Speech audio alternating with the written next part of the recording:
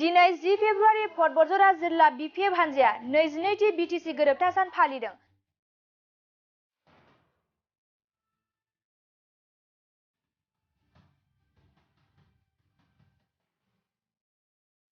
क'क्राझार जिल्ला बतझर महकुमानि सिङाव थानाय टिपकाइगुदि बिपिएफ प्राइमारिनि मावख'नि गुवार फोथाराव सानसेनि हाबाफारिजों गाजा गोमजायै 22th बिटिसि गोरोबथा सानखौ फालिनाय जायो।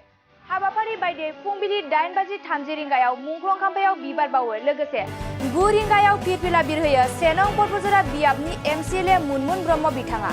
सानजौफु 12 रिंगायाव मेहेरगोनां मोनसे गेवलां मेल जथुमनायखौबो नुनो मोननाय जायो। लोगोसे 1 नं बतझरनि एमसिएलए मुनमुन ब्रह्म बिथाङा आफादगिरिनि मासि लाना दैदेनो गेवलां मेलखौ। लोगोसे गाहाय आलासि महरै बाहागो लाफैयो मिरु बिपिएफ लाइमोन गांखंनि नेहाथारि कास्टम बसुमतारी बिथां, लोगोसे मिरु बिपिएफ माइनरिटि सेलनि नेहाथारि सुल्तान आलमजों लोगोसे मिरु राभा सेलनि नेहाथारि हस्तना राभा बिथां आरो गोबां गोजौ थाखोनि दैदेनगिरिफोरनि नुजाथिनाय आरो रायजो राजाफोरखौ बाहागो लानायखौ नुनो मोननाय जादों। बतझर बियाबनि एमसिएलए मुनमुन ब्रह्म आरो मिरु लाइमोन गांखंनि नेहाथारि कास्टम बसुमतारी बिथांमोना खौरां बिजोंनि गेजेरजों मा बाथ्रा फोरमायखो आबुङै मिथिना लानि फै। 22nd BTC एकर्ड डे सांविधानिक भावे जोङो जि अधिकार मोननांगौमोन 2003 नि 10 फेब्रुवारियाव जोङो सांविधानिक स्वीकृति मोननानै जोंनि अधिकारफोरखौ जोङो साब्यस्त खालामनो हादों। जोंनि मोनथायफोरखौ जों मोनगिबिनो हादों। पलिटिकल, सामाजिक, अर्थनैतिक बिसेसके जोङो इन्डिपेन्डेन्ट भाबै जोङो फोलेरनो हादों। दा बे दिनखौ जोङो बिटिसि बासि हिसाबै मोनफ्रोमबो खनायाव जोङो फालिगासिनो दं। जोंनि बतझरायावबो जोङो फालिदों। आनफर्चुनेटलि जवा 2 बोसोरनिफ्राय जोंनि बिटिसि हालामानि रायजो राजाखौ मिसलिडिं खालामनाय जाहैदों। बिटिआर एकर्ड होननानै जोंनि बिटिसि सांविधानिक भावे जोंहा जि मोनथाय दङ, मोनथाय मोनदों, बेखौ साबदेस खालामनो माखासे पलिटिकेल माखासे एजेन्टफ्रा सेस्था खालामदों। नाथाय बियो फेइलार। दिनैनि दिनाव रायजोफ्रा थारैनो बुजि मोनफिनबाय जे बिटिसि 2003 नि बिटिसि एकर्डआसो जोंनि मोनथायनि अधिकार होनाय मोनसे सांविधानिक भावे अधिकार होनाय मोनसे एकर्ड। दा बेखौ नंखायनो लैहोर लैहोर मोनफ्रोमबो जायगायाव मोनफ्रोमबो खना खनला रायजो राजाफ्रा लैहोर लैहोर हेफाजाब लानानै बिटिसि एकर्डखौ पालन खालामदों। 2003 आव जों जे शक्ति जों मोनदोंमोन, जे गोहो जों मोनदोंमोन, बे गोहोखौ दिमिन खालामनोसो बिटिआर सुक्तिनि माखासे आयदाफ्रा जादों।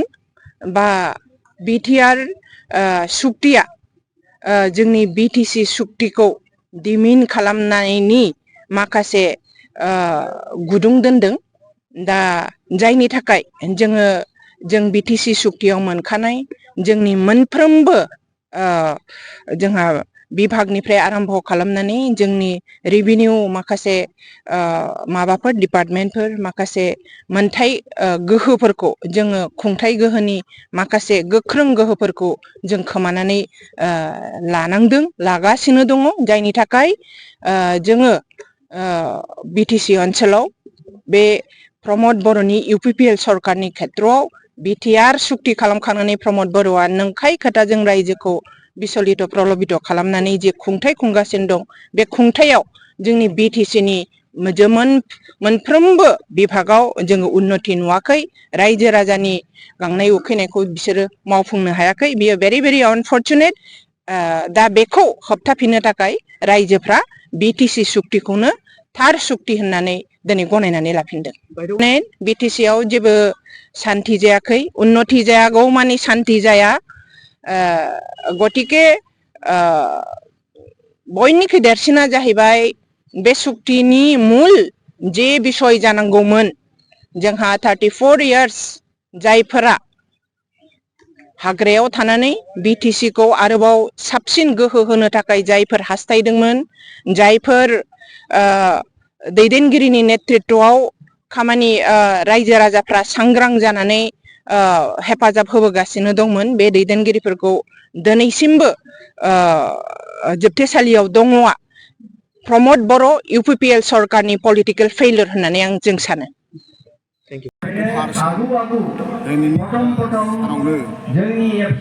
बिटिसिआ गोरोबथा जादोंमोन।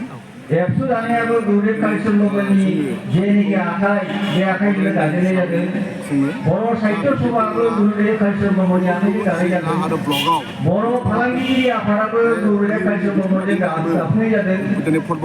बर'नि जेरै उइमेन्सफोरनि आइजोफोरनि जेनिखि आफाद बे आफादखौबो गौरब कालिचन्द्रमोनआ दाजेननानै होदों। जाय मुंख्लं गेदेमा जों नुनायाव दानाय लुनाय स्कुल खुलिनाय बेयावबो गौरब कालिचन्द्रमोनआबो प्रथमावनो रुपसियाव दानाय लुनायखौ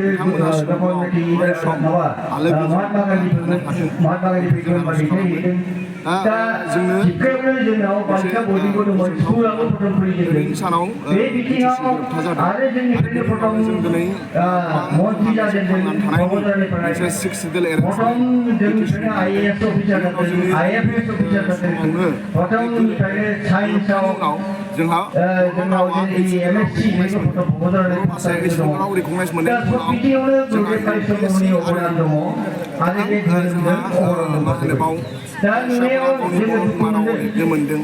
कारण दानि जेनिखि पलिटिकेल सिचुएसन बे सिचुएसनखौ नायनानै गासैबो बिथांमोना सायख'नाय नायनानै जोङो दुखु मोनो। गोरोबथानि उनाव जोंहा गोबां जोंनि जेनिखि मोनखानाय जेनिखि पावार फांसनफोर बे पावार फांसनखौ जों लासै लासै खहा जानाय नुनो मोनदों।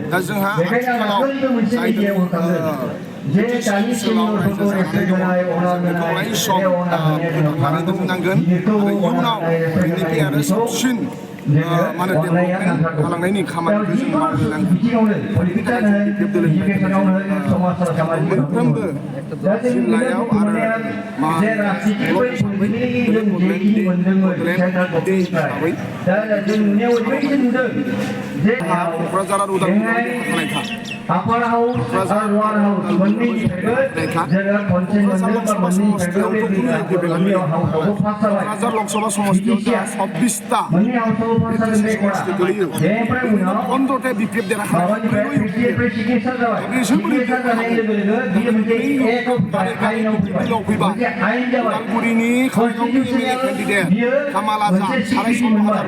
खिन्थु दा जोंनि नुनायाव दिनैसिम साइन्टिस्टफोरानो जाबाय। दानि BTR एकर्ड, बे BTR एकर्डआ दाबो आपार हाउस आरो लवार हाउसनिफ्राय स्वीकृति मोनाखै, पास जायाखै आरो प्रेसिडेन्टआबो साइन होआखै। दा बेखायनो मालनि एकर्ड जोंहा सन्देह थाबाय। बे एकर्ड मोननाय BTR एकर्डआ दाबो लवार हाउस आरो आपार हाउसआवबो पास जायाखै आरो प्रेसिडेन्टनिबो सिगनेसार मोनाखै। गतिके बे आइनाव दाबो गैया, आइनानो जायाखै बियो। आइनाव गैयाबा बेनि इमप्लिमेन्टेसन बोरै जागोन? दा बेखायनो आइनानो गैयाबा आइननि माबा एडमिनिस्ट्रेटिभ पावार DC आरो SPनाव जेनेखि आइननि पावार थायो, दा बिसोरसो सालायो। जेला भारतनि मानगोनां आइनानो प्राइम जाहैबाय मिनिस्टार, होम मिनिस्टार थायो, स्टेसनल' चिफ थानांगौ। मिनिस्टार थायो, DC-आव थाबाय ना, आयदायाव दा जोंहा दहाय बिटिसिनि बुंबाय थादों सिपखौ हांख्रायनाय जायो आरो आवगायनिफोरनि बेसेबांबा नेटानि मिथिं, एमपिनि मिथिं, मानाव गेदेर हाग्रामा महिलारि लेक्सार होनो मोन्दोंमोन। दाखालि बावैथ' प्रमद बर'आ लेक्सार होनो मोनाखै। जोंनि बिटिसिनि चिफनि जिथु सियार, बिनि सनमान बेखौ प्रमद बर'आ गाहायाव लांदों। जोबोद दुखुनांथाव बाथ्रा। प्रमद बर'आ हारिखौ थगायदों, प्रमद बर'आ ओनसोलनि जौगानायनि खामानि मावाखै, नाथाय बिनि जिथु सनमान बेखौ गाहायाव लांबाय। दा बेखौ आं सानो जे प्रमद बर'नि थाखाय जादों। दा ओंखायनो मोनफ्रोमबो प्राइम मिनिस्टारनि जेला नेटानि आरो एमपिनि मिथिं जायो, मानाव गेदेर हाग्रामा महिलारि लेक्सार होनो मोनोमोन। दा प्रमद बर'आ मोनाखै, जोंनि थाखाय लाजिथावथाव बाथ्रा। दा ओंखायनो जोंहा बिपिएफ दोलोआ देरहाखानायखा। एमपि इलेक्सननि उनाव UPPLआ 80% दुर्बल जागोन। बिटिसि इलेक्सननि उनाव 100% UPPLआ दुर्बल जागोन। MLA इलेक्सननि थाखाय UPPLआ केन्डिडेट थानाय नङा। प्रमद बर'आ बिराद सानजा, सोनाब, साहा, खोला खारै खारै केन्डिडेट नागिरदोंबाबो मोननाय नङा। मानोना बिपिएफ दोलोआव फैजोबगोन। समाजनि थाखाय मोजां खामानि मावोब्ला बिसोर सबबो थांफायो। दिनै मानाव गेदेर हाग्रामा महिलारि सारा समाजनि खामानि मोजां मावनाय, बेनि थाखाय ओंखायनो बिथांजों रायजो राजा दं। दिनै न'खर न'खर गामि गामि BPF दिनै बे सरसा सोलिगासिनो दङ आंनि नांगौ BPF नांगौ BPF बे स्ल'गानानो सोलिगासिनो दङ ओंखायनो मानाव गेदेर हाग्रामा महिलारि सारनि दैदेननायाव फिन खनसेबाव BPF सरकारा फैगासिनो दङ बे जोंनि थाखाय मोजां जागोन दिनै BPL आ आबादारिफोरनि थाखाय मा खामानि मावदों सोंनाय बे 4 बोसोर 3 बोसोराव आबादारिनि थाखाय मा मावदों रिपर्टारफोरनो 10 कोटि रां होनो खोथा दंमोन BPLनि थांनाय इलेक्सन मेनिफेस्ट'आव रिपर्टारफोरनो 10 क्र'र होनाय खोथा दंमोन नोंसोरखौबो रिपर्टारखौबो थगायबाय फरायसाफोरनो बड'लेण्ड इउनिभारसिटिनि आन्दाराव फरायनाय MA फरायनाय आरो BA फरायनाय साफ्रोमबो फरायसाफोरनो 2,500 होनाय खोथा दंमोन फरायसाफोरनो थगायबाय BTCनि कन्ट्रेक्टरफोरा खामानि मोनाखै दिनै ओंखायनो BTC बासाव प्रमद बर' हाटाव माने मा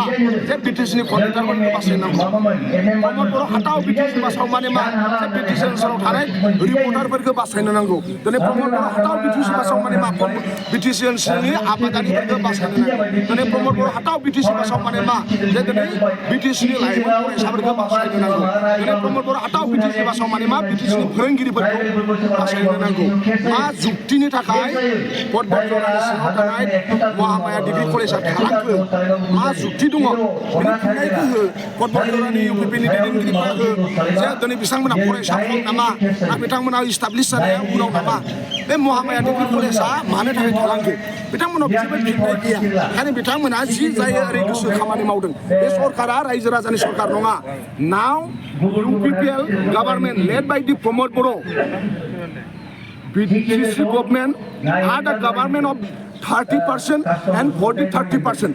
जाय मानसिया 30% कमिसन होयो बेसो प्रमद बर'नि खाथियाव थांनो हायो बेखायनो बे BTC सरकारा ना रायजो राजानि सरकार नङा 30% कमिसन होग्रानि सरकार आरो 30% कमिसन होग्राखौसो प्रमद बर'आ खाथियाव लायो ओंखायनो BTC सरकार are not of the people for the people by the people नङा बेयो अफ दि 30% फर दि 30%सो जानानै दङ ओंखायनो बेयाव जोंनि थाखाय दुखुनांथाव बाथ्रा जोङो फिन खनसेबाव रायजो राजानि सरकार लाबोनो नांगोन BPFनि सरकारा रायजो राजानि सरकार जागोन BPFनि सरकारा रिपर्टारफोरनि सरकार जागोन BPFनि सरकारा आबादारिफोरनि सरकार जागोन BPFनि सरकारा साफ्रोमबो BTC ओनसोलाव रायजो जानायनि सरकार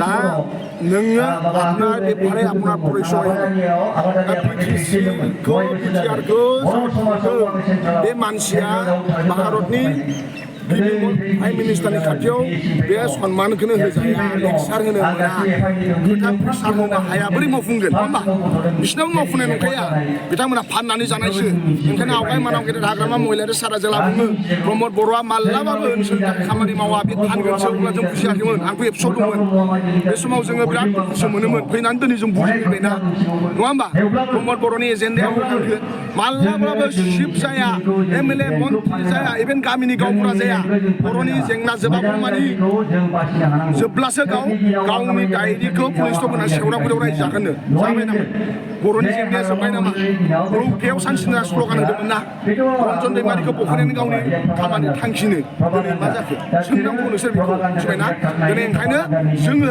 थगाय सुला मानसिया माब्लाबाबो जोंनि BTCआव जायगा मोननो नाङा जों ओंखायनो थगायग्राखौ जायगा होनो नाङा मोजां मानसिया बाव जायगा मोनगोन मोजां मानसिनि इसोरा दङ रिपर्टारफोरखौ थगायदों फरायसाफोरखौ थगायदों आबादारिफोरखौ थगायदों टिचारफोरखौ थगायदों कन्ट्रेक्टरफोरखौ थगायदों जोंनि गेदेमा हारिमुखौ मोजां मोनग्रा बिथांमोनखौ थगायदों दा प्रमद बर'आ UPPL मा कन्ट्रिबिउसन दं मानाव गेदेर हाग्रामा महिलारि सारा BTC गोरोबथा खालामनानै बर' भाषाखौ HCLआव रिकगनाइज मोनदों दिनै नोंसोर बर' रिपर्टार जादों बर'आ जे बे सब मानाव गेदेर हाग्रामा महिलारि सारनि कन्ट्रिबिउसन दं बर' भाषाया HCLआव रिकगनाइज खालामनानै जोंहा गोबां इउनिभारसिटि कलेजाव प्लास बेजों लोगोसे सिभिल सार्भिस एग्जाम लिरनो हादों आरो बर'आ साहित्य एकाडेमि मोनदों रावा बेसे गोजौ थाखोआव थांदों ओंखायनो जोङो फारफ्रोमथिंजायनि डेभेलपमेन्टखौ नायनानै दिनै गामि गामि हाग्रामा न'खर न'खर हाग्रामा सोलिगासिनो दङ नेक्स्टआव BPF सरकारा 100% फैगोन क'क्राझार नोगोरनि RNB लामाजों थांनाय बागानसालि वार्ड नाम्बार 8आव रायजो राजाफोरनि गोग्गो देहा लाखिनो थाखाय सानजोरां इन्टारप्राइजआ गोदानै जेनेसा वेलनेस प्राइभेट लिमिटेड बेखेवदों बे सानजोरां इन्टारप्राइज आयुर्वेदिक गलायाव मानसिनाव जानाय गेदेर गेदेर बेरामनि मुलिफोरखौ मोननो हागोन किडनिकाव अन्थाइ जानाय आथिं आखाइ जरा जरा सानाय लिभार गाज्रि जालांनाय मोदोमनि माननाय आरो बेनि अनगायैबो बायदि बायदि गेदेर गेदेर बेरामफोरनि मुलिफोरखौ बे सानजोरां इन्टारप्राइजआव लांफैनो हागोन सानजोरां इन्टारप्राइजआव गासै बेरामनि मुलिफोरखौ हलसेल राङावनो लांनो हागोन। सानजोरां इन्टारप्राइज बिगोमाया फोरमायबावनाय बायदिब्ला नैबे 9954157149 जानबुं नाम्बारनि गेजेरजों नोंथांनि गोनांथि जानाय मुलिफोरखौ सुलाद लानो हागोन।